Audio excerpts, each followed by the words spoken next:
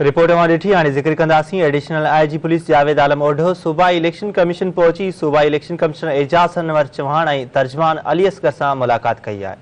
मुलाक़ात दौरान सूबाई इलेक्शन कमिश्नर एजाज अनवर चौहान एडिशनल आईजी के 16 अक्टूबर ते क़ौमी असेंबली जे तक NA 237 मलीर ऐं NA 239 कोरंगी ते थींदड़ चूंडुनि जे हवाले सां ब्रीफिंग ॾिनी।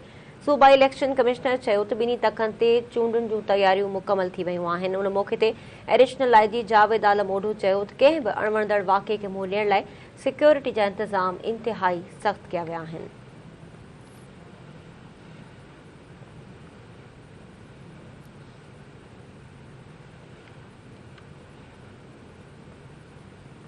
नाज़रीन, SSP मलीर इरफान बहादुर डिप्टी कमिश्नर मलीर सां गॾु क़ौमी तक NA 237 जी मुख़्तलिफ़ पोलिंग स्टेशन्स जो दौरो करे सिक्योरिटी इंतज़ामनि ऐं ॿियनि सहूलतुनि जो जाइज़ो वरितो आहे।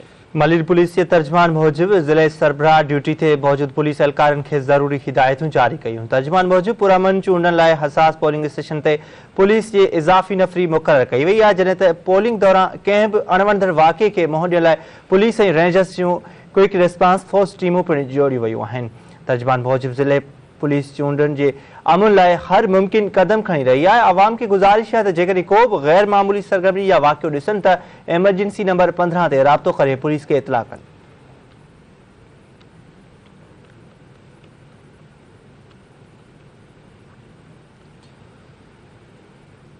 ज़िक्र कंदासीं। ठारू शाह वेझो शागिर्दनि खे जिंसी ज़्यादती जो निशानो बणाइण बाद फोटो सोशल मीडिया ते वायरल कंदड़ जवाबदार खे पुलिस गिरफ़्तार करे वरितो आहे।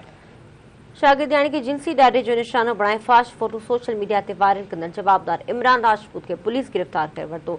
यादि रहे त जिंसी रास सां बणियल शागिर्दयाणी जूं ख़बरूं धरती TV न्यूज़ ते नशर थियण बाद DIG शहीद बेनज़ीर आबाद इरफान बलोच ऐं नौशर फिरोज़ जे सेशन जज नोटिस वठी फौरी तौर जवाबदार खे गिरफ़्तार करण जो हुकुम जारी कयो हो।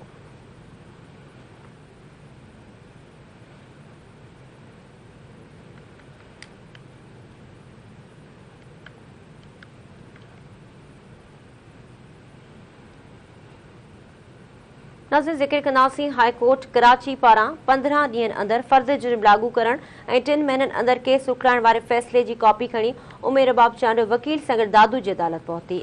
उमेर Abab Chandio criminal trial court Nadeem अदर काज़ी जी अदालत में फ़ैसिले जी कॉपी जमा कराए छॾी। उमेर अबाब चांडियो चयो आहे त हाई कोर्ट जे फ़ैसिले खे साराहियां थी। अदालतनि जे फ़ैसिले ते पूरी उमेद आहे। उमेर अबाब चांडियो चयो आहे त गुज़िरियल 5 सालनि खां अदालतनि जा चकर काटिया आहिनि। उमेद आहे त हाई कोर्ट जे फ़ैसिले ते अमल थींदो।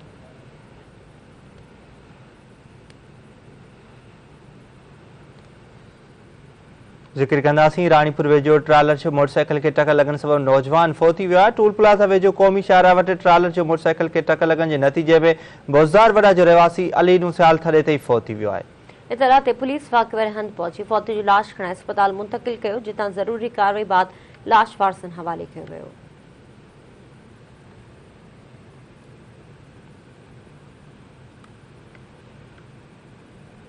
ज़िक्र कंदासीं। फुलजी स्टेशन में सरकार पारां सस्ते अटे जे स्टॉल ते रहवासियुनि जूं कतारूं लॻी वयूं।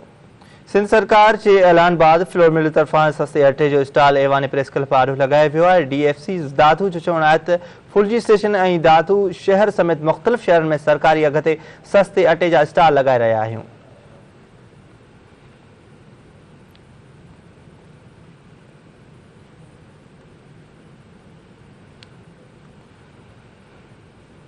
खानपुर महर वेझो लुंड बाज़ार में बेवा औरत सां कार इल्ज़ाम हेठि आयल नौजवान गुलाब लुंड मंज़र ते अची वियो।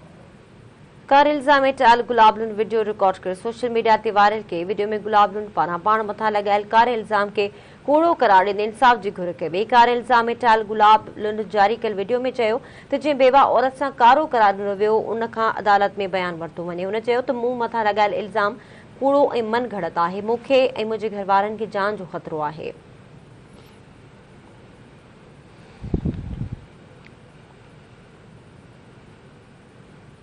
जेका बाबाजी सिविल लाइन थाणे जद में 4 ॾींहं अॻु नींगण सां जिंसी ज़्यादती कंदड़ मुख्य जवाबदार खे पुलिस गिरफ़्तार करे वरितो।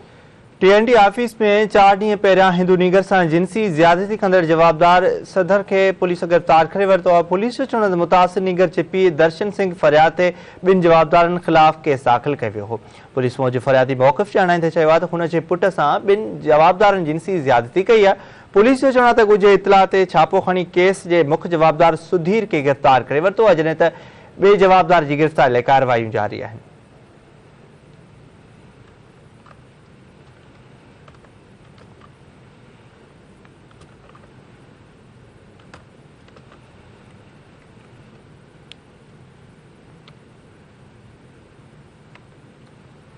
राज़ी सूबाई वज़ीर शहजीना मेमन इमरान खान के मुल्क जो सभ खां वॾो धाड़ेल करार ॾींदे चयो आहे त आसिफ अली ज़रदारी ऐं पीपल्स पार्टी ते इल्ज़ाम मड़े इमरान खान पंहिंजो कद वधाइण जी नाकाम कोशिश करे रहियो आहे।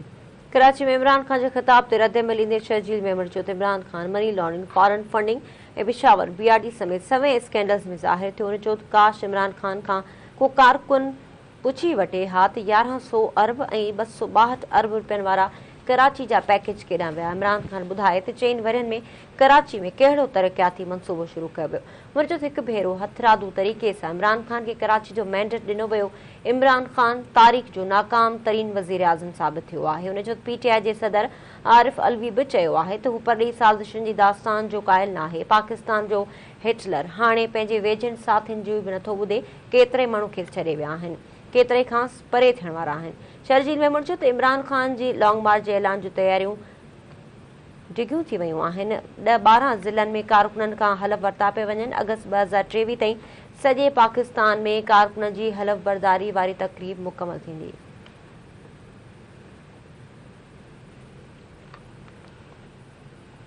सूबाई वज़ीर सईद गनी चयो आहे त कराची जे अवाम इमरान न्याज़ी खे रद्द करे छॾियो आहे। अॼु इमरान न्याज़ी जे नाकाम जलसे PTI जे हथ ठोकी मक़बूलियत जो भांडो फाड़े छॾियो आहे। PTI चेयरमैन इमरान खान जे जलसे जे रद्द अमल में सूबाई वज़ीर सईद गनी जो चवणु हो त वज़ीर आज़म हूंदे इमरान न्याज़ी हिकु राति कराची में न गुज़ारणु मुनासिब न सम्झी। वज़ीर आज़म हूंदे इमरान न्याज़ी कराची हिकु बि नओं मनसूबो न ॾिनो। पीपल्स पार्टी अॻवान जो चवणु हो त अॼु इमरान न्याज़ी कहिड़े मुंहं सां कराची वारनि खां वोट घुरी रहियो आहे। नंढी चूंड में कराची मां इमरान न्याज़ी खे इबरतनाक शिकस्त मिलंदी। सईद गनी चयो आहे त कराची जो बाशऊर अवाम चूंडण ज़रिए इमरान न्याज़ी खां 2018 जी दांधरी जो हिसाब वठंदो।